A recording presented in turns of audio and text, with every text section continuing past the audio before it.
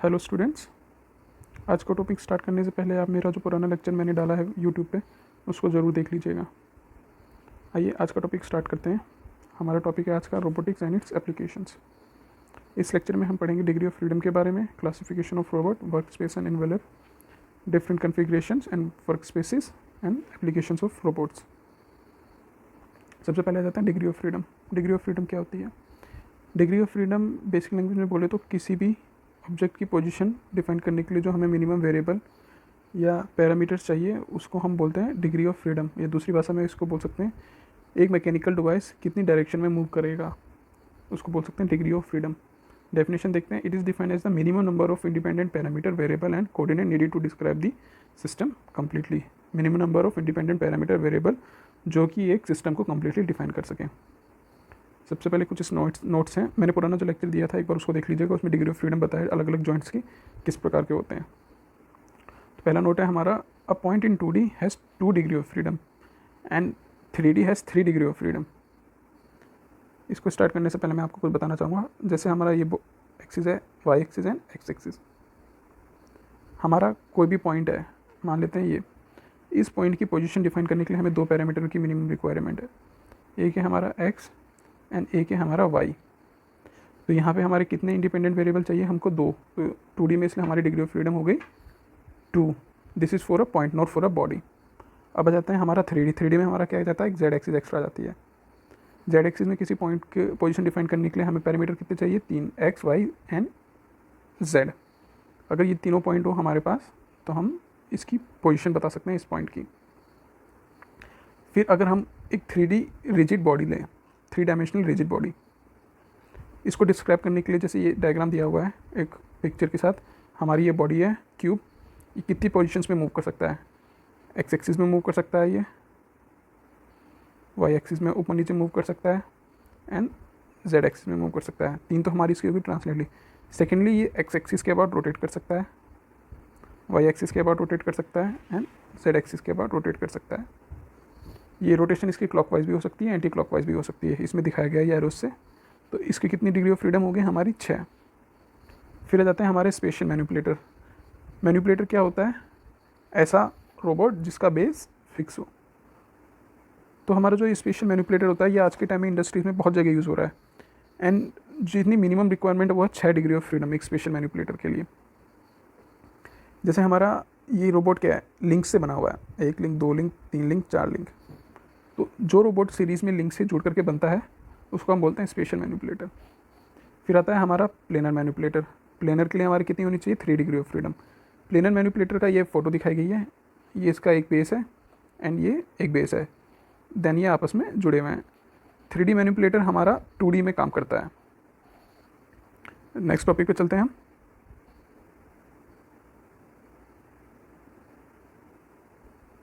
अब आते हैं रिडंडेंट मैनिपुलेटर।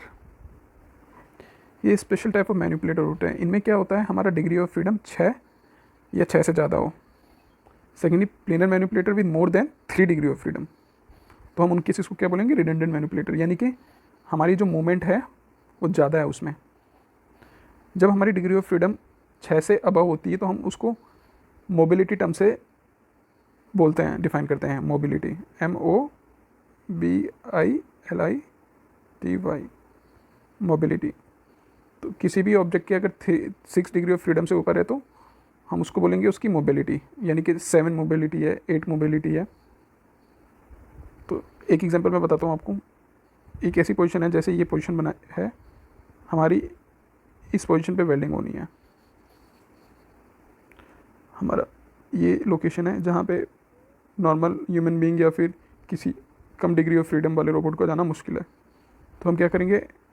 ये हमारा एक मैनिपुलेटर है, 1 लिंक देंगे, 2 लिंक देंगे, 3 लिंक देंगे, 4 लिंक देंगे, 5 लिंक देंगे, 6 लिंक देंगे, 7 लिंक देंगे एंड देन 8। तब फाइनली यहाँ आकर के हमारी वेल्डिंग होगी। तो आप देख पा रहे हैं यहाँ कितने रेवोल्यूट जॉइंट हो रहे हैं? 1, 2, 3, 4, 5, 6, 7 एंड 8। तो आप देख पा रहे हैं कि यहाँ पे 6 से ज़्यादा डिग्री ऑफ फ्रीडम हो रही है हमारी। तो इन ऐसे स्पेशल केसेस में हमको चाहिए रिडंडेंट मैनिपुलेटर्स जो अपनी नंबर ऑफ लिंक्स से ज़्यादा हमें मोशन दे। ऐसे ही हमारा प्लेनर होता है, अगर उसकी डिग्री ऑफ फ्रीडम 3 से ज़्यादा हो तो उसको बोलेंगे हम रिडंडेंट प्लेनर मैनिपुलेटर। अब जाते हैं हम under actuated manipulator. Under actuated manipulator हमारे वो मैनिपुलेटर होते हैं जिनमें हमारी degree of freedom less than 6 हो, एंड प्लेनर मैनिपुलेटर हमारी अगर उनकी डिग्री ऑफ फ्रीडम 3 से कम हो। इसका एग्जांपल मैं आपको बताऊंगा। एक ब्लैक बोर्ड है, ब्लैक बोर्ड में हम क्या करते हैं, लिखते हैं, डस्टिंग करते हैं। तो डस्टर को हम मूव करते हैं एक्स डायरेक्शन में, वाई डायरेक्शन में। पहला केस ये हो गया, एक्स और वाई में मूव करके हम रबिंग करते हैं अपनी। दूसरा केस है हमारा एक्स वाई डायरेक्शन में एंड एक्स डायरेक्शन में, एंड हम अपने डस्टर को रोटेट कर लेते हैं। तीसरा केस है हमारा X Y and Z direction plus rotation. तो यहाँ हमारी डिग्री ऑफ फ्रीडम कितनी हो रही है, 1। यहाँ पे कितनी हो रही है, 3। एंड यहाँ कितनी हो रही है, 4। ये हमारा बोर्ड 2D में है, ठीक है। तो 2D में हमारी 2 डिग्री ऑफ फ्रीडम, 2D में हमारी कितनी होती है minimum, 3 degree of freedom, X axis, Y axis and rotation about Z axis. तो यहाँ पे हमारी कितनी है, 2 डिग्री ऑफ फ्रीडम। तो इसको हम क्या क्या कह सकते हैं, अंडर एक्चुएटेड। दिस इज़ हमारी यहाँ 3 डिग्री ऑफ फ्रीडम है, तो इसको हम बोलेंगे आइडियल मैनिपुलेटर। ये परफेक्ट मैनिपुलेटर है हमारी रबिंग के लिए in 2D plane. And this one is with 4 degree of freedom. यहाँ हमें मिनिमम 3 होती है 2D में, लेकिन हमें यहाँ कितनी डिग्री ऑफ फ्रीडम मिल रही है, 4। तो ये एक एग्जांपल है हमारा रिडंडेंट मैनिपुलेटर का, जो हमने ऊपर पढ़ा, रिडंडेंट मैनिपुलेटर। ऐसे ही हमारा एक एग्जांपल होता है मिनी मूवर। मिनी मूवर का काम क्या होता है, पिक एंड प्लेस करना। इसमें हमारी 5 डिग्री ऑफ फ्रीडम होते हैं। ये एक स्पेशल मैनिपुलेटर होता है, एंड आपको पता है जब हमारी डिग्री ऑफ फ्रीडम 6 से कम हो तो उसको बोलते हैं अंडर एक्चुएटेड मैनिपुलेटर। तो ये एक अंडर एक्चुएटेड मैनिपुलेटर है। अब हमारी classification of robots. Classification of robots हमारी पहली ऑन द बेसिस है टास्क परफॉर्म। इसमें आता है हमारा पहला point to point. Point to point robot में क्या होता है, हमारा कोई टास्क हमने दी, जैसे ये एक हमारी जॉब है, इस पे ये हमारा टूल है, इसको हमारा ग्रीपर से एंड ग्रीपर से हमने इसको होल्ड किया हुआ है। रोबोट के अंदर कमांड गई, रोबोट ने पहला होल ड्रिल किया, ड्रिल करके वापस आया, then it move to second hole, यहाँ ड्रिल किया एंड थर्ड होल। इस तरह से पॉइंट टू पॉइंट इसने ड्रिलिंग की। पॉइंट टू पॉइंट में क्या होता है, हमारा पाथ पे डिपेंड नहीं करता। ये यहाँ से इस होल से जाने के लिए ये भी रास्ता ले सकता था, ये रास्ता ले सकता है, ये रास्ता ले सकता है। तो इसमें पाथ डिफाइन नहीं होता, बस इसका मेन पर्पस होता है ड्रिल करना। तो जो हमारी मेमोरी होती है इस रोबोट की, उसकी मेमोरी में हम लोकेशन फेड कर देते हैं, उसको लोकेशन आइडेंटिफाई करके ये अपनी जॉब कर लेता है। इसके कुछ एग्जांपल्स हैं हमारे यूनिमेट 2000 एंड T3। ये हमारा यूज़ होता है कंपोनेंट इंसर्शन में। जैसे हमने PCB बोर्ड है, PCB बोर्ड में हम छोटे छोटे होल्स होते हैं, तो इन होल्स के अंदर हमें कंपोनेंट्स डालने होते हैं। तो यहाँ इसको यूज़ कर सकते हैं हम, स्पॉट वेल्डिंग में यूज़ कर सकते हैं, होल ड्रिलिंग में यूज़ कर सकते हैं, लोडिंग अनलोडिंग में कर सकते हैं यूज़, एंड असेंबली ऑपरेशंस। अब आ जाते हैं continuous path robots. Continuous path robot में क्या होता है, हमारा एग्जाम्पल दिया हुआ है, इसमें क्या है, हमारा जो पोजीशन होती है कंटिन्यूसली ये काम करता है, जॉब से स्टार्ट करेगा एंड एंड तक ये जॉब अपनी कंप्लीट करेगा। इसको पूरा पाथ ट्रेस करना होता है। ये एक मिलिंग ऑपरेशन दिखाया गया है इसमें, ये इसका हमारा टूल है एंड इसको एंड ग्रिपर से होल्ड किया गया है। इसमें हमारा पॉइंट टू पॉइंट कोई जॉब नहीं होगी, सिर्फ पाथ फॉलो की जाएगा। एक चीज़ मैं बताना चाहूँगा, एक continuous path robot can be a point to point robot, path robot, but reverse इसका पॉसिबल नहीं है। यानी कि हम कंटिन्यूस पाथ रोबोट से हम पॉइंट टू पॉइंट जॉब करवा सकते हैं, ये एक ऑप्शनल है, बट हम पॉइंट टू पॉइंट रोबोट से हम कंटिन्यूस पाथ नहीं करा सकते हैं। आइए इसको पढ़ लेते हैं। अ CP robot is capable of performing movement along the control path. ये एक कंट्रोल पाथ पे ही मूवमेंट करेगा। With CP from one control the robot can stop at any specified point along the control path. इसको हम इसके path पे कहीं पे भी रोक सकते हैं जैसा हमको चाहिए। All the points along the path must be stored in the robots control memory. जो जो पाथ इसको ट्रेस करने हैं, जिन जिन एरिया पे इसको जॉब करनी है, वो सारी की सारी इसकी कंट्रोल मेमोरी यानी कि उसके ब्रेन में स्टोर कर दिए जाते हैं। सबसे सिंपल एग्जांपल है इसका एक स्ट्रेट लाइन का। स्ट्रेट लाइन में हमारा ये एक बॉडी है, इसको हमें मिलिंग करना है। तो हमारा रोबोट क्या करेगा, ये रोबोट का टूल है सिलेंड्रिकल, ये सीधा इसको ट्रेस करेगा स्ट्रेट लाइन में एंड इसके फेसिस को ये मिलिंग कर देगा। आइए नेक्स्ट स्लाइड में। फिर आता है on the basis of controllers. इसमें दो आते हैं हमारे non servo controllers and servo controllers. पहले जान लेते हैं सर्वो कंट्रोलर्स में। सर्वो कंट्रोलर्स में क्या होता है, हमारा इनपुट और आउटपुट को कंपेयर किया जाता है। होता क्या है, हमारा फाइनल जो आउटपुट होता है उससे हमारा फीडबैक आता है एंड जो हमारा यहाँ पे फीडबैक के बाद हमारा एम्पलीफाई लगा रहता है। एम्पलीफाई क्या करता है, हमारा एरर को, ये जो एरर आया हमारा इनपुट और आउटपुट में, उस एरर को स्टडी करता है। हमें अगर एरर आ रही है तो रोबोट क्या करेगा, आगे टास्क कंप्लीट करेगा। अगर हमारी एरर नहीं आ रहा तो हमारी जॉब कंप्लीट कर देगा। तो सर्वो में हमारा एक फीडबैक वाला सिस्टम होता है एंड नॉन सर्वो में हमारा फीडबैक वाला सिस्टम नहीं होता है। इसमें कोई फीडबैक नहीं आता, हमारा इनपुट होता है, कंट्रोलर होता है, मैकेनिकल लोड हो गया एंड सीधा आउटपुट हो गया। हमें कंप्यूटर पे रोबोट को इसका कोई आइडिया नहीं है कि उसको कैसे जॉब कंप्लीट करनी है, बस उसको जॉब कंप्लीट करके देनी है आपको। तो ये होता है हमारा नॉन सर्वो।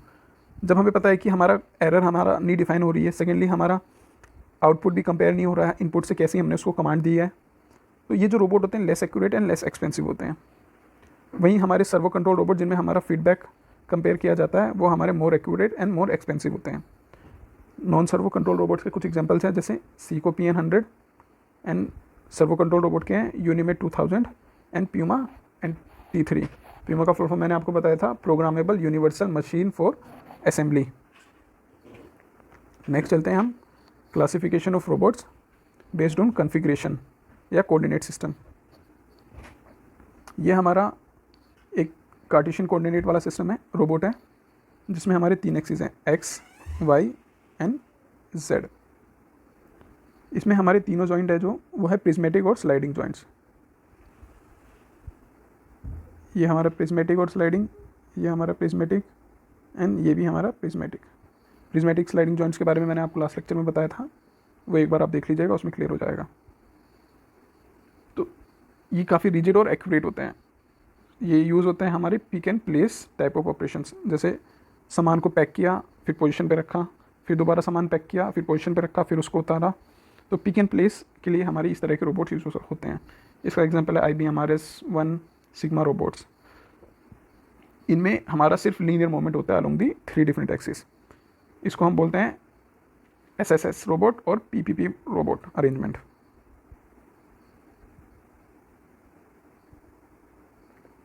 नेक्स्ट है हमारा सिलेंड्रिकल कोऑर्डिनेट रोबोट।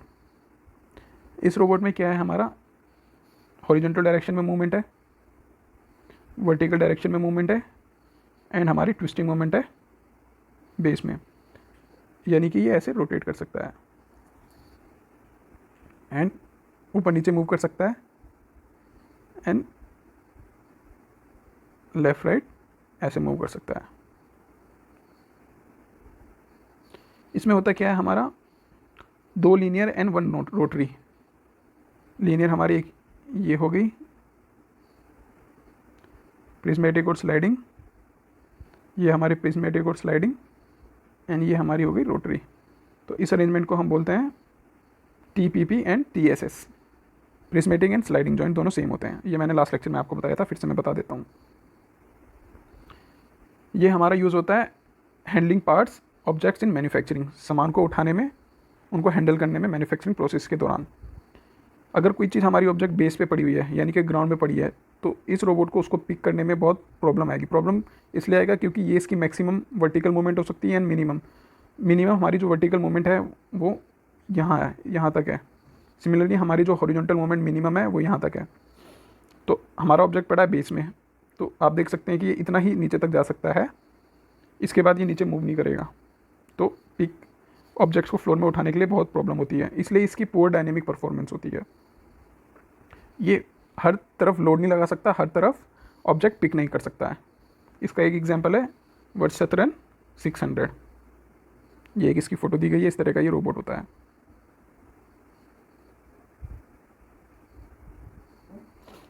नेक्स्ट है हमारा स्फेरिकल कोऑर्डिनेट और पोलर कोऑर्डिनेट रोबोट। ये इसकी एक अरेंजमेंट है, एक लिटिल मूवमेंट हो गई, ये होगी हमारी ट्विस्टिंग इस एक्सिस के अबाउट, एंड इस एक्सिस के अबाउट होगी हमारी रिवॉल्विंग ऊपर नीचे। तो इसकी जो अरेंजमेंट हो गई हमारी टी आर पी और T R S. T for twisting, R for revolute revolving, and S for sliding और प्रिस्मेटिंग। ये सुटेबल होता है हमारा हैंडलिंग जॉब्स के लिए in manufacturing, can pick up object lying on the floor and has poor dynamic performance. इसका example है हमारा अल्टीमेट 2000B। नेक्स्ट आती है हमारे रिवोल्यूट कोऑर्डिनेट और आर्टिकुलेटेड रोबोट्स। इसमें क्या होता है, हमारा तीनों डायरेक्शंस में रोटरी मूवमेंट होती है।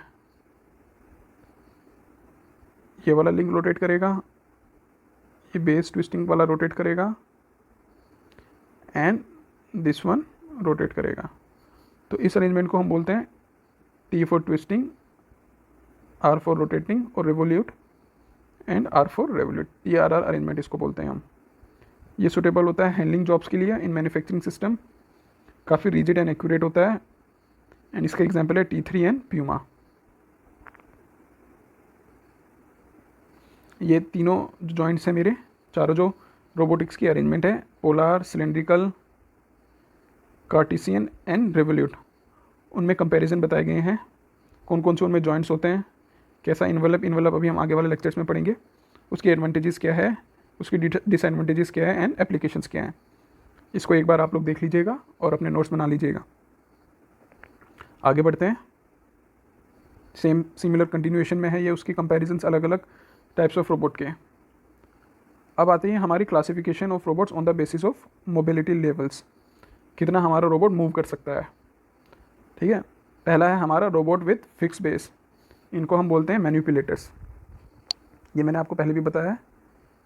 मैनिपुलेटर्स में क्या होता है, हमारा दो होते हैं, एक होता है सीरियल जिसमें हमारे लिंक सीरीज़ में होते हैं, जैसे कि ये फ़ोटो दिखाई गई है, एक लिंक एंड दूसरा लिंक, एंड हमारा ये हो गया रिस्ट एंड ग्रिपर। दूसरा है हमारा पैरेलल, ये एग्जांपल दिया हुआ है पैरेलल मैनिपुलेटर का। इस सीरियल में हमारे जो लोड कैरिंग कैपेसिटी होती है कम होती है, एंड हमारा जो पैरेलल वाला होता है उसमें हमारी लोड कैरिंग कैपेसिटी हाई होती है। पैरेलल में हमारे लिंक पैरेलल होते हैं, एंड सीरियल वाले में लिंक हमारे सीरीज़ में होते हैं। इनके एग्जांपल है प्यूमा, एंड इसका एग्जांपल है हमारा स्टीवर्ट प्लेटफॉर्म।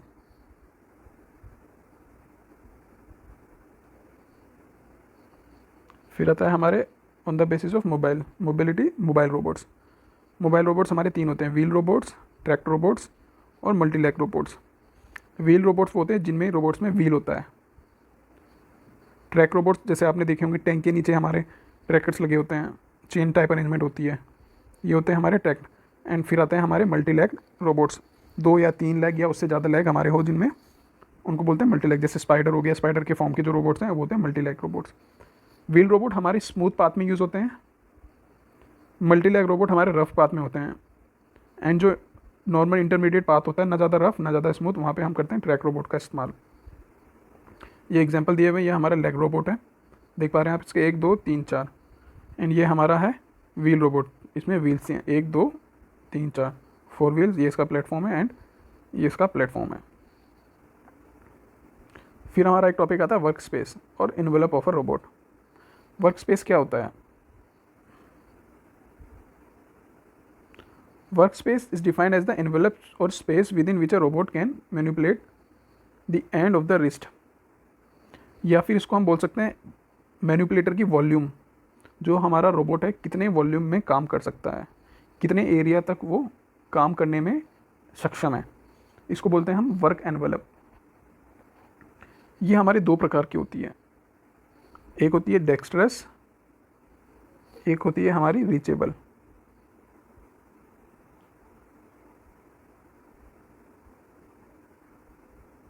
रीचेबल एंड एक होती है dextrous, DEXTROUS।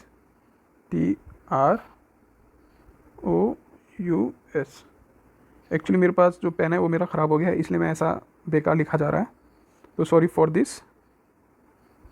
Dextrous. Reachable robot में क्या होता है हमारा, जैसे कोई मैं एग्जांपल बताता हूँ, ये हमारा रोबोट है, एक लिंक एंड 2 लिंक, ये इसके लिंक है। रीचेबल रोबोट में क्या होता है हमारा, अगर हम इन लिंक्स को किसी जॉब करने के लिए स्ट्रेट कर देते हैं, पहला लिंक स्ट्रेट हो गया एंड दूसरा वाला एकदम स्ट्रेट हो गया, तो ये मैक्सिमम रेडियस है जो हमारा ये रोबोट कवर करेगा। तो इस वाले एरिया को हम बोलते हैं रीचेबल वर्क स्पेस। सेकेंडली, कोई जॉब हमारी यहाँ पे है तो इसको रोबोट कैसे करेगा, या तो एक बात ये है, एक बात ये हो गया, पहला लिंक दूसरा लिंक, या हमारा एक लिंक ये हो गया, एक लिंक ये हो गया, ये इस तरह से इसको कंप्लीट करेगा। तो ये वाला जो एरिया है हमारा, इसको बोलते हैं हम डेक्स्ट्रस, यानी कि हम कह सकते हैं dextrous work space is subset of reachable work space. यानी कि हमारा जो डेक्स्ट्रस वर्क स्पेस है वो रीचेबल वर्क स्पेस के अंदर ही आता है, यानी कि उसी के अंदर है वो। तो कुछ ये डेफिनेशंस दी हुई है वर्क स्पेस के बारे में। Robots work envelope is the range of the moment, जैसे मैंने बताया कितनी एरिया में कितनी वॉल्यूम में वो मूव कर सकता है, उसको बोलते हैं हम वर्क स्पेस उसका। Space defined by geometry of the robot, Cartesian, cylindrical, spherical and revolute, ये अभी जो 4 हमने पढ़े हैं ये उनकी ज्योमेट्री, अभी हम आगे आने वाले लेक्चर्स में देखेंगे कैसी उनकी ज्योमेट्री होती है। फिर आता है the length of robots arm and design of its axis determine the distance. मतलब जैसे मैंने अभी आपको एग्जांपल दिया था एक रोबोट का, ये इसका एक ये मैक्सिमम लेंथ इस रोबोट की हो सकती है। तो ये जो एरिया इसके अंदर आ रहा है, वॉल्यूम जो आ रही है, उसको हम बोलेंगे इसका वर्क स्पेस या फिर वर्क एनवलप। तो ये सारी डेफिनेशंस है स्टूडेंट्स, इसको एक बार पढ़ लेना और इनको देख लेना। फिर हमारा आता है रीचेबल एनवलप। रीचेबल एनवलप क्या होता है, अ 3 dimensional shape that defines the boundaries that a robot manipulator can reach. यानी कि जो मैंने भी आपको बताया था मैक्सिमम बाउंड्री जिसमें हमारा रोबोट मूव कर सकता है, उसको बोलते हैं हम रीचेबल एनवलप। फिर आता है maximum envelope, the envelope that encompasses the maximum design movement of all robot parts including end effector, work piece and attachment. यानी कि अगर हम इन तीनों पार्ट्स को, एंड इफेक्टर हो गया जो उसके एंड्स में लगता है, वर्क पीस हो गया, वर्क पीस उसके जो अटैच जिसको उसने उठा रहा है, वो जो जॉब जिस पे वो कंप्लीट कर रहा है, प्लस उसकी जो अटैचमेंट है, उन सबको एक साथ करके जो वॉल्यूम में वो मूव कर सकता है उसको बोलते हैं हम मैक्सिमम एनवलप। फिर आता है restricted envelope, it is that portion of the maximum envelope which a robot is restricted by limiting devices, जिसका मैंने बताया था आपको डेक्स्ट्रस वर्क स्पेस। ये सिमिलर टू हमारा restricted envelope, similar to dexterous work space के। फिर है हमारा ऑपरेटिंग एनवलप। ऑपरेटिंग एनवलप क्या होता है, जब हम प्रोग्रामिंग करते हैं तो उसका कुछ एरिया या वॉल्यूम डिफाइन की जाती है, जितने एरिया या वॉल्यूम में वो कार्य करेगा। ध्यान रखिए, तब तक के लिए